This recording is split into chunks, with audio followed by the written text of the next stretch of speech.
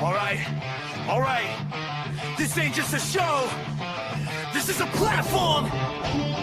Veteran built, battle tested. Welcome to the MisFitNation. Yeah!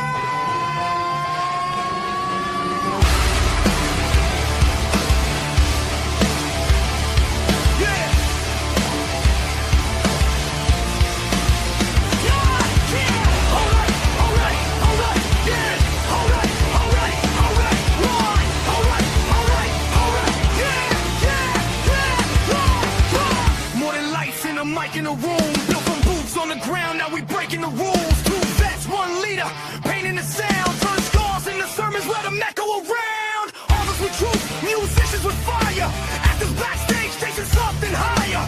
Entrepreneurs bleeding just to get ahead. If you fought for your dream, yeah, you are what you said. If they told you no, if you still came back, if you fell to your knees but you stayed on track, this is your voice, this is your flame. Say it loud, remember the name. No salvation, just elevation. We rise again. From the fight to the end. We are the Misfit Nation. No damn labels, no damn cages. If you're still breathing, you belong. Turn it up. This is our song. Yeah. This is our song. Yeah. Veterans standing with ghosts in the chest. First responders running in while the world second guess. Gold star names carved deep in the soul. Your story ain't over, we carry the whole. Coaches teaching mindset, breaking the chain, turning barely alive into owning the pain. Truth over polish, scars on display. If it's real, let it bleed. That's the misfit play. If it's heavy right now, and the dark feels close. If it's heavy right now, and the dark feels cold. If it's heavy right now, and the dark feels close. It's Aubrey right now. We're the more than you know. 9888, don't walk alone. Veterans press 1, bring it home. Don't trade forever for tonight. You're still needed in this fight. We are the Misfit Nation, built from scars and dedication. We rise again. From the fight to the end. We are the Misfit Nation. Every voice is vindication. From the silence to the scream, we're strong. Welcome home, you belong. You belong. You belong. Oh wait, you. Oh wait, you belong.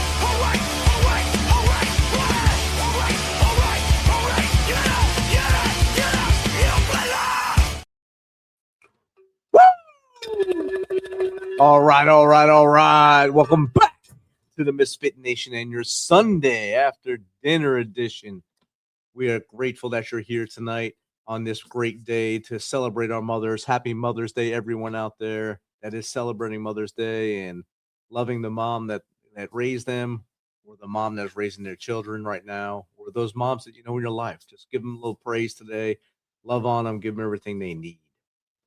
Tonight, last week before we started the show, we brought you the news that 2 soldiers were missing during an exercise in Morocco. Exercise called African Lion, I believe. They found one of those soldiers. His name is First Lieutenant Kenneth Lamont Key from Richmond, Virginia. Let's keep his family, his friends, his unit in your thoughts and prayers as they go through this sudden change and get ready for services as he gets brought home back to America. But today's guest is someone who proves that mission doesn't always end. It often evolves. Joining us tonight is United States Army veteran James Arthur Donzella. He served his country, then stepped into a whole new arena: writing, storytelling, and creative work. He's an accomplished author, screenwriter, voice actor, and contributor to respected publications like The War Horse and other veteran-focused literary outlets. He is also part of the UCLA Word Commandos Creative Writing Workshop for military veterans. It's a lot of words there. Helping show what happens when veterans channel experience into art, discipline into creativity, and adversity into meaning. His novel, The Dead Don't Pay, launched the James Wolfe mystery series, and his short fiction has earned industry recognition, including the 2025 Seamus Award nomination. Today, we're talking about transition, identity, second chapters, creative discipline, and how veterans can keep serving in the world through their gifts. So, if you ever wondered what your next mission could look like, this conversation's for you. Welcome to the show, James. Glad to be there. It's awesome that we got the technical glitch out and got you on here. Yeah, finally got that link to work, so we're all cool. Outstanding, sir. I just gave a little bit about you there. I know you served in the war that really set the pace for what we did during the global war on terrorism. You were in Vietnam. It was a different battlefield, but it's still the same scars, I think, as you come home. A little different respect when you guys came home than we did. So I pay homage to you guys and welcome you home, James, because a lot of you were not welcomed home. Yeah, it was one of those things that I tried to put it behind me as soon as I returned home and decided to do something else with my life. So, but the experience, everybody deals with things differently. So, it all depends on how you come out on the other end. And eventually, we're damaged, but we repair the damage, we move on. That's right. And you found a creative way to do it through writing, through telling your story, through helping others tell their stories or write stories to get the creative voice out there. A lot of veterans actually have these stories in them and are afraid or don't think they have the skills. Absolutely. And they do. Storytelling is just telling a story. Right. A lot of people, get involved and say, well, I didn't take English, I wasn't that good. I don't read a lot of books, but it doesn't matter. You still can tell stories. People sit down and after a few drinks, stories come out and it's just a matter of putting them on paper. I actually used, when I got involved in writing, had nothing to do with the military until I got involved with the Word Commandos and, which is we're a support group, I guess you would want to put it that way. But I was encouraged to write about my military experience, and it was like a cathartic moment because when the stories came out, I felt a lot better. And it really launched my writing career into another level because it just brought out more confidence. So, you do what you got to do. That's the way we always did it. We do what you got to do. You push forward. And I think that's what you've done this beautifully. Just reading your website, reading your bio, I can see you never missed a beat. You kind of came home and just started what you were going to do next anyway. You started that off and and I never, I never put any pressure on myself that I had to do something in such a certain time or however it was. I just let it flow, and whatever came to me, I just went with it. So the experiences were varied and many. I worked in entertainment for over 20 years, 25 years. I wrote advertising ads. I sold phone systems. It didn't make any difference as long as I was entertained and was having a good time. I did it. I didn't put any guardrails on me. I just went for it. And that's the best way to do it, I think. And like I said, you've done a lot. And are you originally from California, or is that where you just settled? No, that's where I settled down. I was originally from Central New York. Okay. Yeah. I graduated Syracuse University after I returned from the service. I used my GI Bill to, go to school. I've been living in different places, moving around, and finally landed in California. And I said, oh my gosh, this is where I should be. And stayed here for decades and decades and decades. It's been a long time, but it's been totally I guess like God's country, I guess the best way to put it. It's like I found God's country. I just fit in. You found your place. You found the place that you fit in. Get in where you fit in, and I'm sure it's a lot different from Syracuse, where it gets pretty cold in the winter. It does, yeah. Being you're in Northern California now, you're not in LA right now, right? No, I'm in Northern California. I'm in Redwood Empire, they call it. So I live in Humboldt County now. I used to come up here in this area to go on vacation, and now I'm living where I used to go on vacation. So I'm on vacation every day. It's That's a good it's life. yeah, yeah. You get up in the morning. Well, I don't have to go back home. I'm there. That's right. Let's talk a little bit about your book, the James Sure. Wolfe Murder Mystery. This was a idea I had for a script when I was living in Los Angeles, in the Los Angeles area, and then COVID hit, and we were all out of jobs. A bunch of I lost my job, and I was sitting at home all day, and just figuring, well, what am I going to do next? And to entertain myself, I kind of like was messing around with this idea. And the wife says to me, well, nobody's working right now. The entire industry is shut down because of COVID. Why don't you write that damn book? And so I said, you know what? That's a good idea. I'll think about it. And so I wrote the first chapter, and then I gave it to her to read. And she said, well, what happens next? I want to know how this ends. So that's what happened. And I just went chapter after chapter writing this book. And that was probably the easy part. Uh, Finishing it was not a problem. 6, 7 months later, whatever it was done. But then it took a year and a half to find somebody to publish it. Wow. And then finally it got published. I did a deal for a 2-book series. And so the second one, probably looking at mid-June or early July that the sequel to The Dead Don't Pay will come out. And right now, as of this weekend, I'm almost through with the third installment. So it's working. It's fun. I've always been attracted to detective mysteries, especially noir. The 40s and 50s, the hard-boiled detective. I've read all of Dashiell Hammett practically. Ross McDonald, all those. And so it was the kind of thing that I just wanted to do the same thing. I wanted to write the same thing. And obviously, once you got that pen to paper, fingers to a keyboard, you just kept going. It happened. Yeah. It started to flow, and it was a really fun experience. And during your writing, what is your process? Do you do X amount of words a day, or just until your thought's done and then you stop for that chapter? Yeah. Number 2, when the thoughts stop, that's when I stop, and then I go back to it. I really haven't had anything that was really satisfactory when I said, "Oh, I got to get 1,000 words. I got to get 5,000 words in today," and just trying to push it never worked for me. But when the idea comes in, it'll be like, "Oh, here it is. It's coming," and I'll get up and I'll start, and it's dinner time. What? Where did the day go? It just flows, and that's when I know I'm onto something.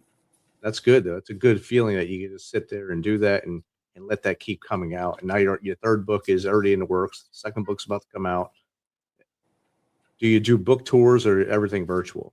No, I have done live tours. I've gone to bookstores, Barnes and Nobles. I've done things at museums and other organizations where I will sign copies for people who wanted to buy the book. And so I'm open to any of that kind of stuff. Yeah, you got to do it all. You got to do the internet. You got to do the Instagram. You got to do the Facebook. That's the way it is these days. You got to be out there in the social media to promote. So yeah, I do it all. You definitely have to get into every nook and cranny too of Yeah. But the other thing is it's good because you have a support group. Like I said, the Word Commandos, we meet twice a week on Zoom.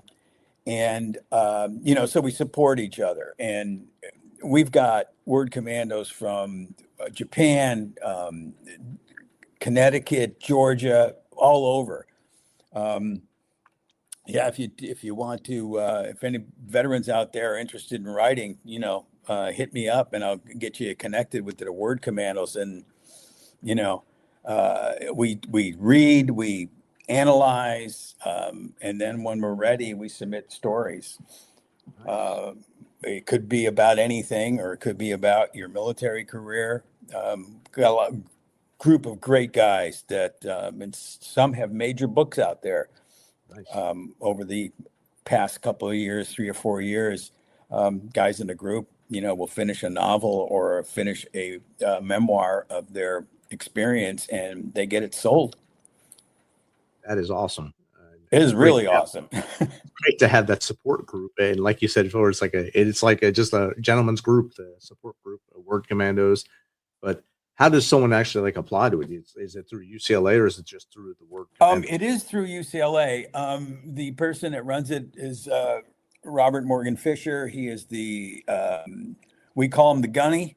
He's the lead. He's the lead guy. He runs the class, and we talk about all kinds of writing.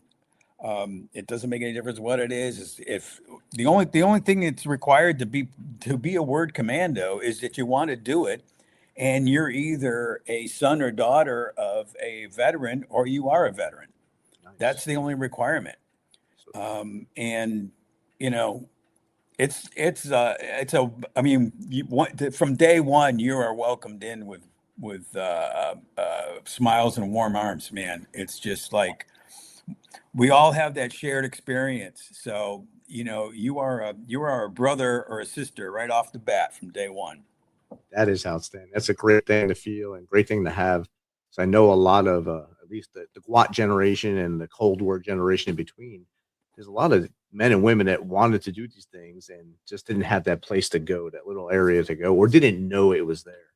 And now having this broadcast out there to say, hey, look, there's something that can help me, maybe be beta testers for me and see if what I'm writing is going to work. Exactly. For each other. Yeah. So anybody's listening to this, shoot me an email. I'll hook you up. There you go. From the mouth of James right there, he'll get you into the Word Commandos, and maybe you'll be the first one in your state to be part of it. So it'd be awesome. Yeah. And share your story. Do not be afraid to share your story, because you can't take it with you. Your lessons will help someone else. And we try to sell that to maybe as many people as possible on this show. Your story helps others, and your lessons that you've learned in life may stop someone from making those same mistakes. You're absolutely right. And there's nothing like the camaraderie, Yes. from day one, that you're part of a group and we're all in the same boat. Right.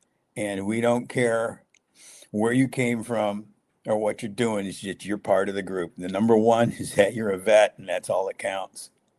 And that's the best thing. That's the best feeling. All you got to do is be a vet or be associated with a vet, son or daughter of a veteran, and be in there and have the ability to take some, constructive criticism on your writing to help you become a better writer. And that's the best part of that. Absolutely. Especially with a bunch of you guys who are published, and you're publishing a series, which is not something that's easy to do, but like you said, you got that flow and it's just going now. Yeah, it's true. And it's happened to other guys too. I mean, like I said, is that once you get over the hump of putting it out there, and I think the best way to put it is like when you're writing and doing this kind of stuff, it's like opening a vein. You're letting people into your secrets and things that you would probably never tell anybody, but they're going to be part of you now when you start putting stuff on paper, what's going on in your head. And it can be scary at the time, but at the same time, it sometimes is very therapeutic. I mean, that's just what happens. And the more you do it, the easier it gets. Right. Just like getting on these shows, first show you come on is probably a little harder than the second one. Exactly. It gets easier and easier as you go. Just even for me as the host, the first one was not easy because it was basically a cold call. You do a cold call and you interview someone, and learning how to do it. And now 647 later, I'm a little better at this now. Yeah. You have to be. There's no question about it. If you do the same thing and you do it over and over again, you become an expert. You become that SME, and you have to and share your knowledge. What you learn, you got to keep sharing, and that's what I Absolutely. love about what your backstory is. What you help others before even thinking about you, and you take care of yourself. You got that, but you're also helping others along the way to get them to where you are, or maybe beyond. Oh yeah, totally. And like I said, uh, funny things happen. Things just happen when you get in with the right people.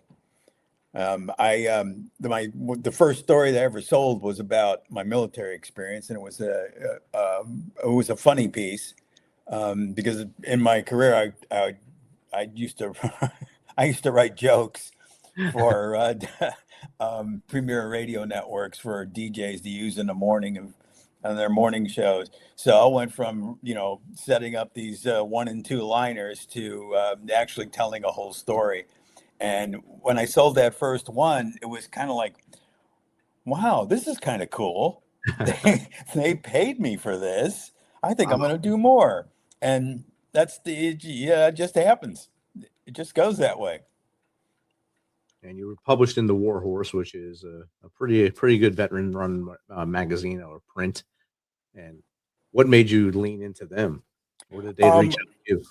no, I heard about the War Horse, and I was reading their materials, and I subscribe to them. I get their monthly newsletter and updates, and I just thought what they were doing was a fantastic job over there. And so I knew that in their website they had a submission uh, drop down menu, and they wanted to hear stories about true stories about your career. Not you weren't writing a novel; it wasn't fiction. So I had this story. It was a funny story. It was just the way it happened, and so I sent it in, and they would just loved it. They just thought it was the funniest thing. And I had been, luckily for me, through a weird circumstance, I got assigned to a headquarters company, and I was I was in the inspector general's office, and I was aide to a colonel.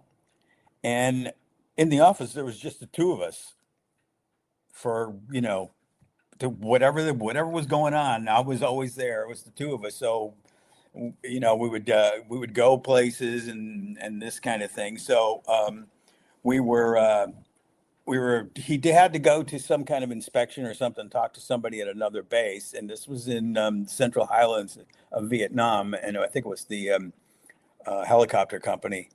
And there was something issue that he had to take care of. And as we were leaving, there was a soldier at the gate, and so we were pulling up, and the colonel said, "Stop! I want to talk to him." And he asked this guy, I think he was like an E4 or E5, and he said, "Where are you going, son?" He goes, "I'm going to the airport. I'm on my way home." It's great. Well, didn't your company supply you with a ride to the airfield? And he said, "No." And so, and the plane was leaving in like 10 minutes, and we Oh, were like 10 minutes away. So I said, "I think we can get him there in time, sir." And so he told the GI, "Yeah, throw your bag in here. We'll take you to the airport." And so I said, "Okay, 10 minutes. That's going to be kind of tight." So we took off in the Jeep, and I floored it. And we were like doing 60 miles an hour. And this Jeep, there's no doors, by there's no doing seat belts.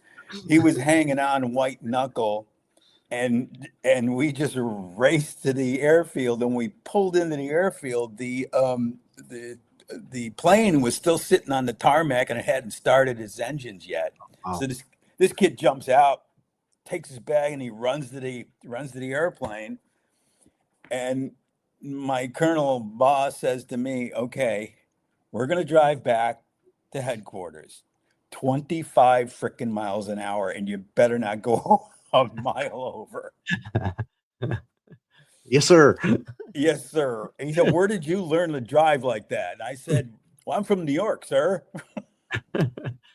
You just go, That's how we drive in New York. especially up where you were. Yeah, it's central. Oh, yeah. Yeah, Pedal open to the roads up there. metal. Yeah. And a Jeep 110 Willys Willys edition there, just flying around the battlefield a bit. So Oh that's yeah. awesome. Yeah, so that was the first story.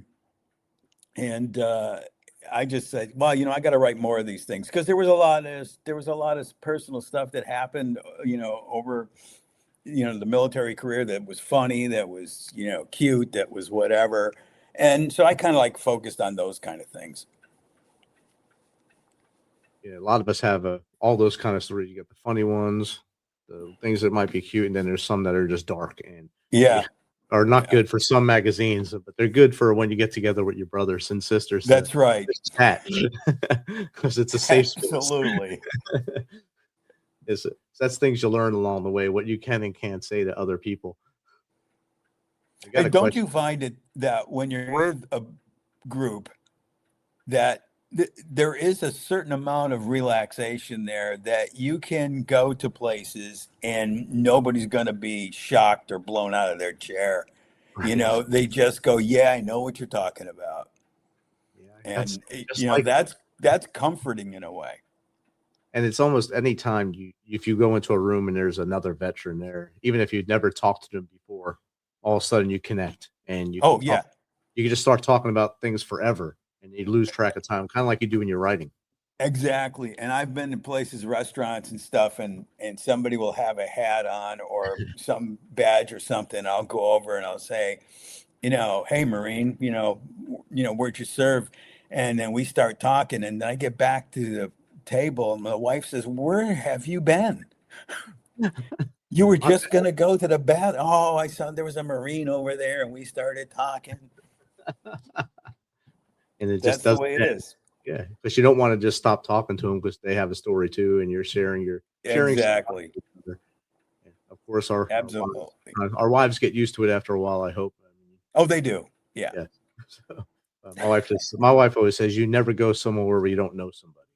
Yeah. And my brother, who hosts my Tuesday show, says, I never meet a stranger because I just talk to anybody." Yeah. And so it's good and bad, I guess. Well, it's more good than bad. Yeah. We got a question from the audience here. This is from at Salami Beef. James, when did you realize writing could become your next mission? Thank you, Salami Beef. Okay. That's really, I was working for an advertising agency at the time in San Francisco, and uh, we were doing an ad for some, uh, I can't remember if it was a stockbroker or something like that. But anyway, I sat down and we went through this whole thing and got it approved. And then I wrote a parody of the ad, because the direction it was going was kind of funny. And so it was a little risque and stuff, but everybody loved it. They said that was better than the ad that the company bought. It was like, oh my, that was so funny. And so this got around, and there was a guy that I knew. He worked for a radio station. And so he said, hey, I'm going to start doing weekends. I'm going to be doing Saturday night. And he goes, could you write me a funny commercial? Because, they said, look, you got to go out and sell some ads if you want to have this job on Saturday night. And so I wrote this funny commercial about a nightclub where you meet women and stuff like that. And it was really kind of funny. And I wrote the script. We got a couple of the guys from the radio station that voice it. And I didn't get paid, but it was a funny piece. And I go, this is kind of cool. If I could actually I never thought I could, do it. And so I started looking into it, and then started sending more things to different people. And before you know it, somebody offered me a job. They said, hey, would you like to do this every day? And I said, I sure would.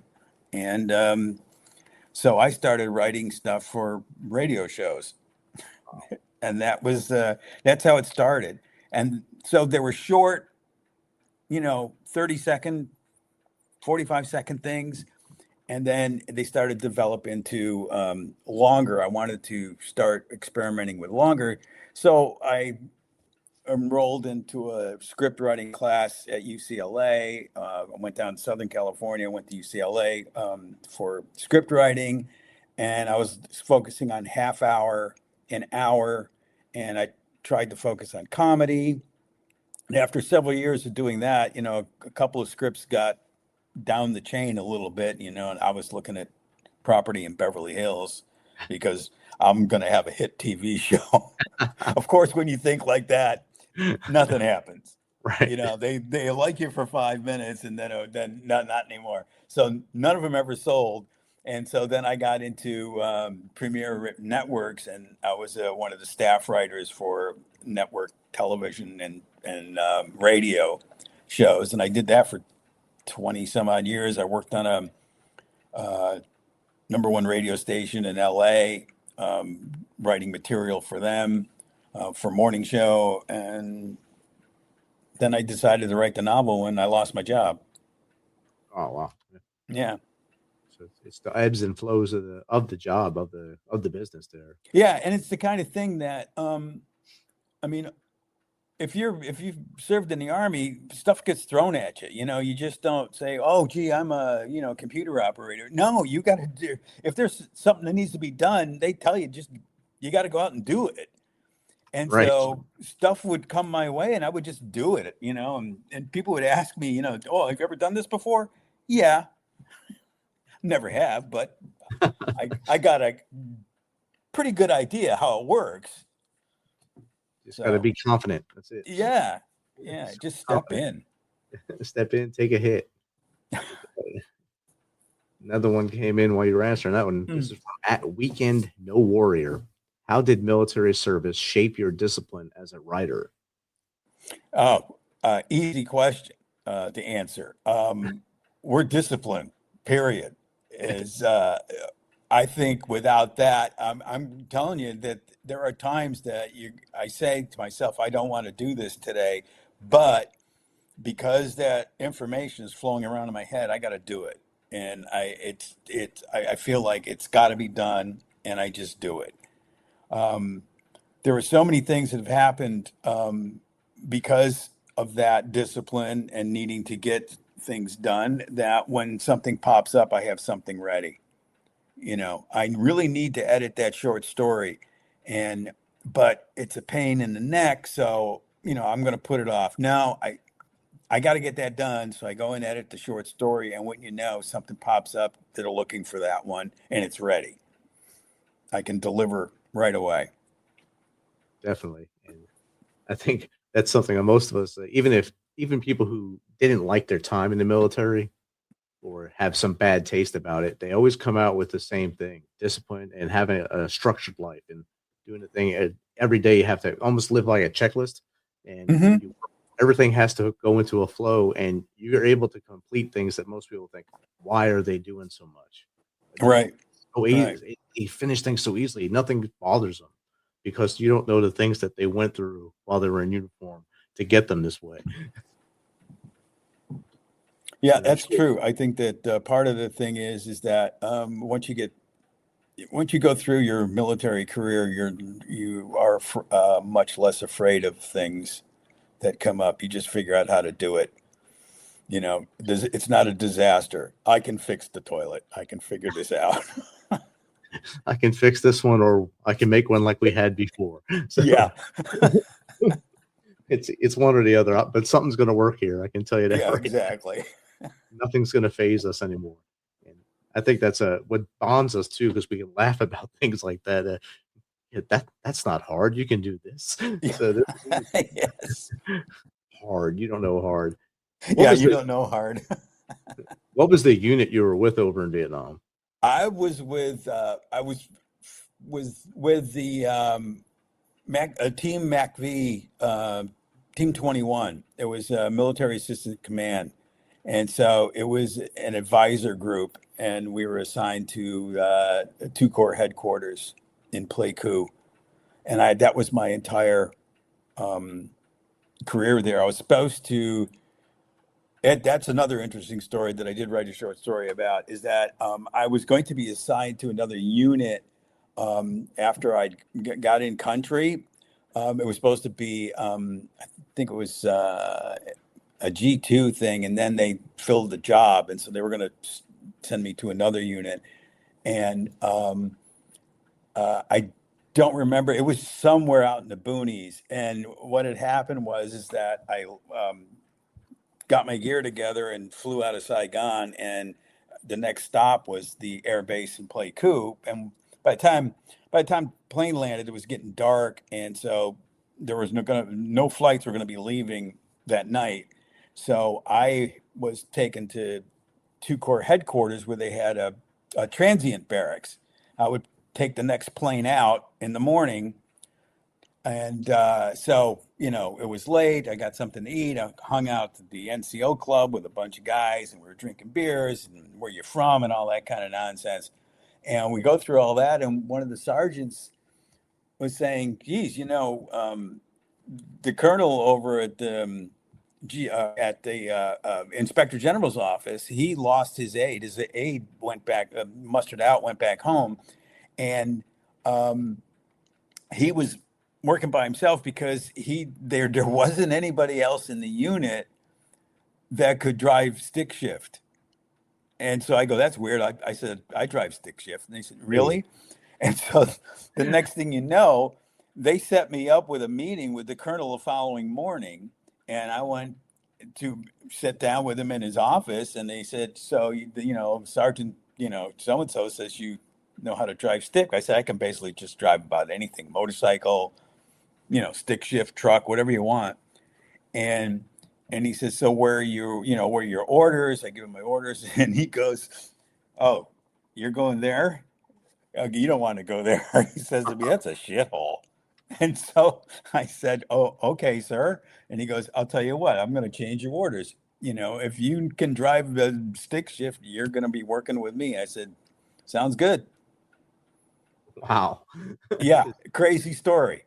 Yes. But that's because I could drive stick. Yeah. I mean, it was like a dream job. I mean, I was general staff, working with general staff. The lowest ranking, here I was an E4. The lowest ranking next to me was a major.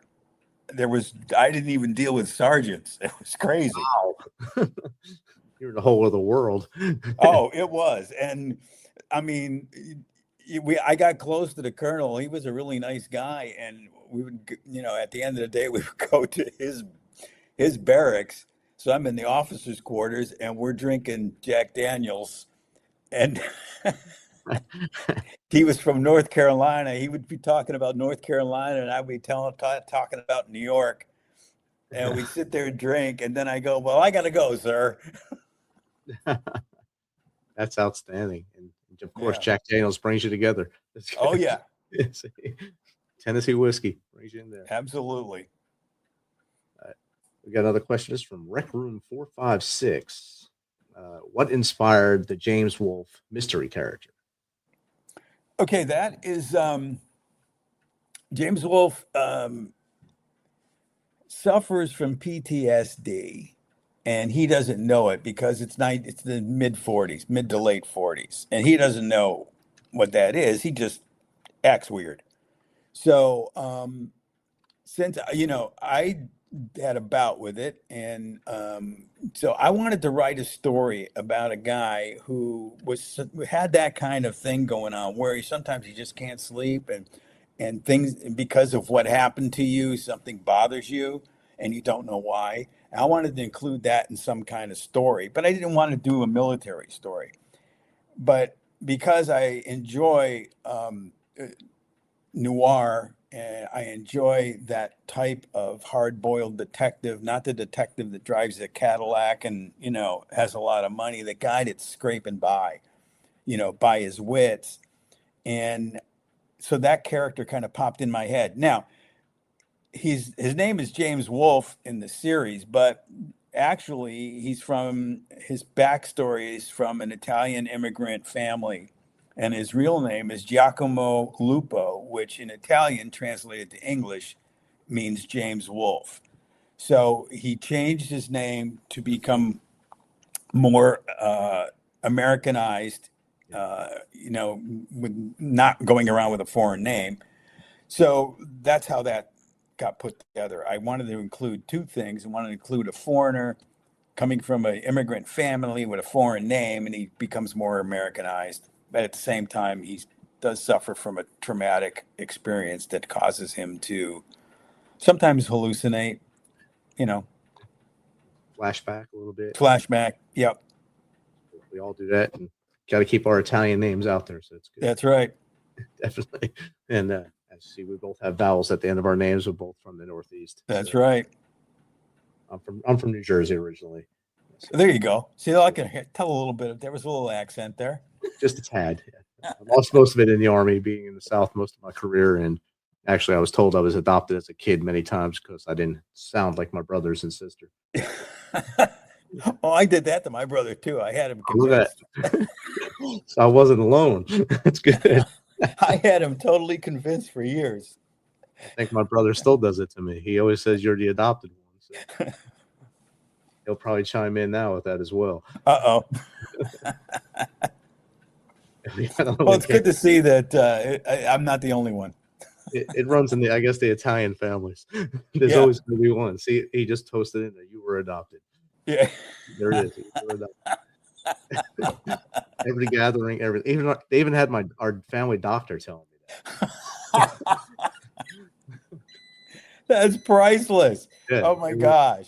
That's When you can get the family doctor involved to pull a joke off, that's huge. Yeah, he never stops. Until the last time I went to him, he always said, "Have fun with your new family when you get out of here." Yeah.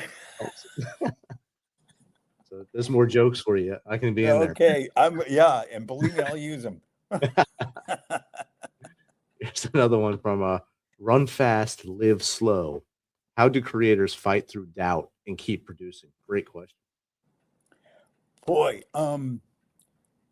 yeah, you just got to I don't know, what you use to I mean, I figure out ways, but I don't know, maybe you need a couple of shots of Jack Daniels first, but you got to get over that because you just got to step in both feet. You can't just test the water. You got to jump in both feet and it'll work out. And that's that's how it worked for me. Because believe me, I still doubt myself. I still put stuff, I go, I don't know if this is going to be any good. They're going to hate this. And then, I get feedback and it's, oh, no, it's fine. Okay, cool. No, I really like this. I've really been lucky because my publisher loves the character. I send him stuff and I'm going, I don't know, what do you think about this? And I worked on, oh my God, I love it. This is so good.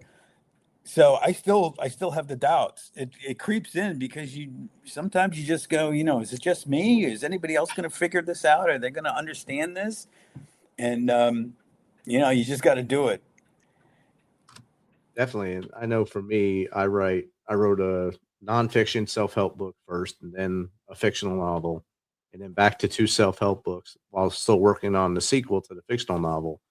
And the doubt comes in because I'm doing so much at one time. Make sure I'm not overwriting each one of them or putting too much of one thing into the other and messing each one of them up and then having to go back.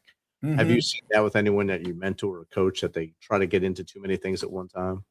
Yeah, and that's difficult too. And I think I think sometimes if you just put it aside and you're looking at something else, I think that's fine. But I mean, more power to you. You were getting away with doing nonfiction and fiction at the same time. That's got to be totally confusing, and it makes you feel like you're not getting anything done. I know how that is. But the thing that is the crutch, the thing that you're always going back to, you can always rewrite. Is that somebody could say something, it could trigger something, and you're going, oh, I can fix that. All I got to do is do that, and it'll fix that scene. It'll make that thing work.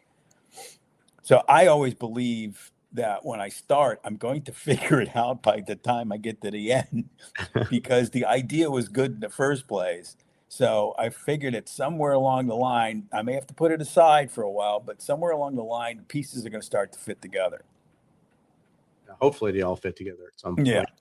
Everything starts to flow, and that's like right now. I have one that's going on basically based on the show. It's based off the last question I ask all my guests, and this is the first of 3 novels I'll do for that one. It's the three things that matter, and that's one nonfiction. Another one is no manual included about being a dad while serving in the Army, and then of course my sequel to my nonfiction, which would be Forged in Resilience. So all 3 of them are going, and they're all at some various levels of being complete. And I just keep going back to each one. I try to do one a day instead of trying to do all of them at the same time each day. Yeah. Otherwise, I'll be writing the Yeah. same words in all 3 of them. Yeah. And Yeah, it's true. No matter how focused we are and how much we can do, you're still going to wind up overlapping one of them somehow. Then Oh you'll yeah, have because they're so close together. Yeah. and that's something I guess part of being that military thing where you can do anything kind of gets in your way a little bit sometimes as well. Yeah, that's true. Is that when you're always told that, nothing is really impossible, Just keep doing it. you just keep doing it. Don't worry about sleep. It'll happen someday. Yeah, that's right. So while you're finishing up book 3 and you have I'm sure the publisher wants that one as well. You said you got signed for the first 2. The third one will probably line up in that same publisher. Are you already number 4 as well? Yeah, I've got little outlines for at least 3 more. Nice. That I'll eventually get to. Of just trying to figure out what to do next with the next one. With the third one's done, and I've kind of got an idea which direction I want to go for the 4th one. And I'm sure the publisher is not going to, we'll just re-sign another deal, and for 1 or 2 more, and keep going. I realize I'm not putting myself in a cutoff where I go, I'm only going to do 10. I'm going to stop. Right. It's just I'll stop when I just run out of ideas. So that's awesome. That's how it's going to work. And you said that to find the right publishers, find that right hit took about 1.5 years, right after all the editing. Yeah, and that is so important because the person, if they love it the way you love it, you got a partner, and they're going to do everything they can to get it out there, rather than somebody who's kind of like lukewarm on it, or that if something else comes up that they feel they're more in love with, they're going to put you aside and go with the other one. So, I was really lucky, and I had to make a choice because things started to happen when I was out there submitting it between agents and publishers. And then, I get some lukewarm response, and they were kind of going, I think, maybe we will do this. And maybe it wasn't good enough. I wanted somebody to say, I want to do this. I want to publish this book. And until finally I did. Who, by the way, my publisher is ex-Air Force. So, there's a connection there too. He's, his call sign is Hillbilly. And so, it's like, okay, let's work together. I mean, the synchronicity is just too good. Did you meet him in person first, or did you meet him via like query letters into his? No, query letters. Yeah. And he responded and to my query, and probably I'd sent it to him, and it was like 3 or 4 months later, I finally get an email from him, and it said, Jesus, I wanted to get in touch with you. I read your submission, and is this book still available? I go, oh yeah, it's still available. And so I sent him a bio, which included the word Commandos and where he could see my other writing. And then he said, listen, let's do a contract. I'd like to do a deal. Because if you're open to that, I said, yeah, I'm open to it. So it was just like, you meet the right person, you're getting married. You pass the line and everything worked out. That's good. That's really good. Hillbilly helped you out, so it's Oh awesome. yeah, I've been totally blessed with all this has been happening. I mean, I just can't tell you. It's amazing. If you would have told me this, 3 years ago, I would have told you, yeah, you're full of it. It's not going to happen. No. We got another question came in. This is from Smooth Dude. Smooth Dude, what advice would you give veterans searching for purpose after service? Wow. You should look at what you really enjoy doing. Don't do something that you don't enjoy Right. because I mean, we only go around once. Yes. Do what you enjoy and don't worry about the money. Everything will work out because if you're having fun, other people around you are going to be having fun too, and you're going to be a superstar. Outstanding. That's a great answer. I like that. That's beautiful. All right. So as we start to wrap up, James, Yep. come towards the end here. Jeremy Jackson. Hey, what's going on, Jeremy? Nice to have you on here. As we start to wrap up here, we asked two questions of our guest, and you've already answered the first one a few times. What's the best way for someone to get in contact with you if they want to either pick your brain on how to write, how to join the word commandos, sorry, or maybe just get you on their show? Just shoot me an email. And in the tell me what you want, and in the email, just very simple. I'd like to become a member of the Word Commandos. What do I need to do? I can send you the information. Or you want advice on some about writing? I can point you in the right direction where to get stuff, or websites and other links that can help you. It's yeah, no problem. You can go to my website and you contact me there. So if you want, I can give you my full email. It's jd2020productions@gmail.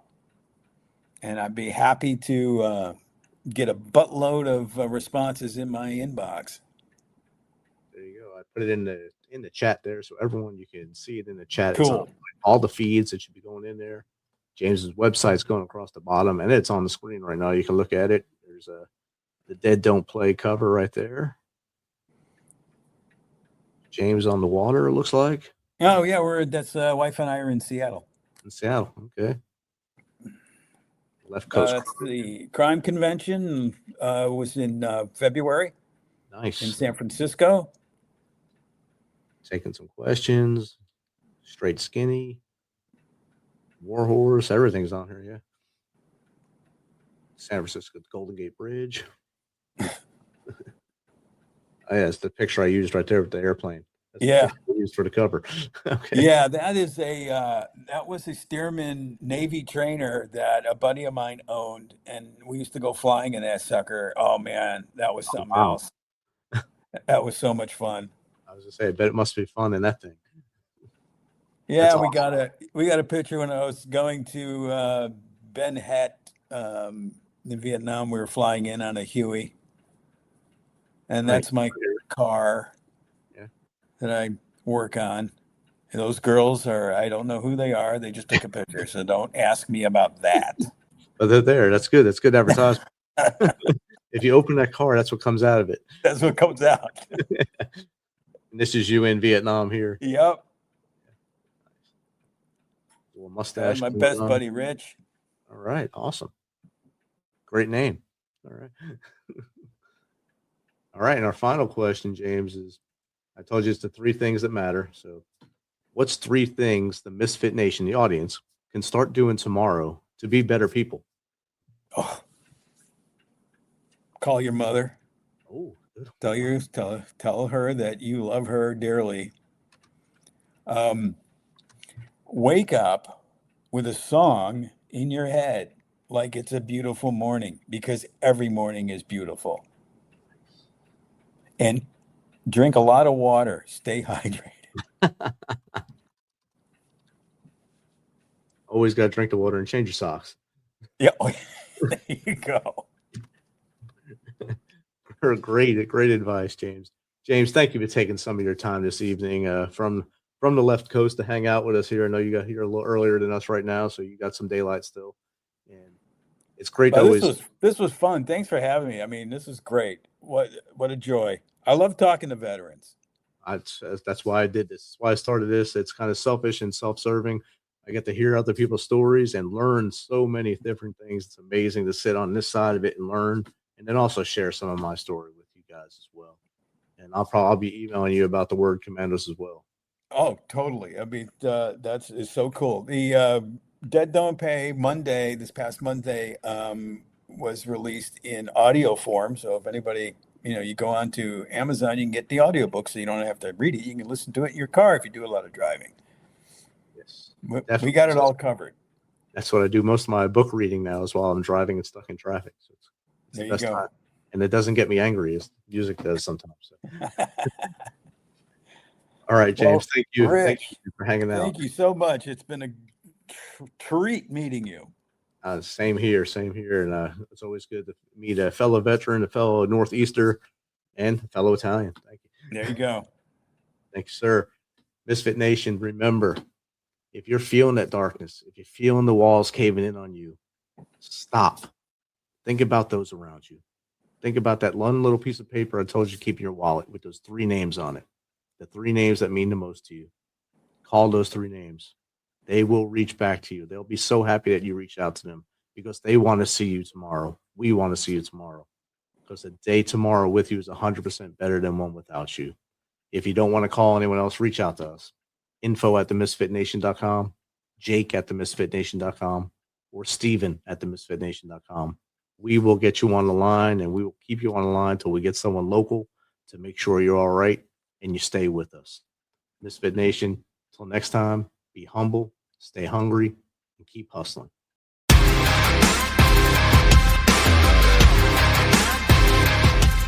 Thanks for checking us out and being a part of the Misfit Nation show. Don't forget to visit our website at themisfitnation.com.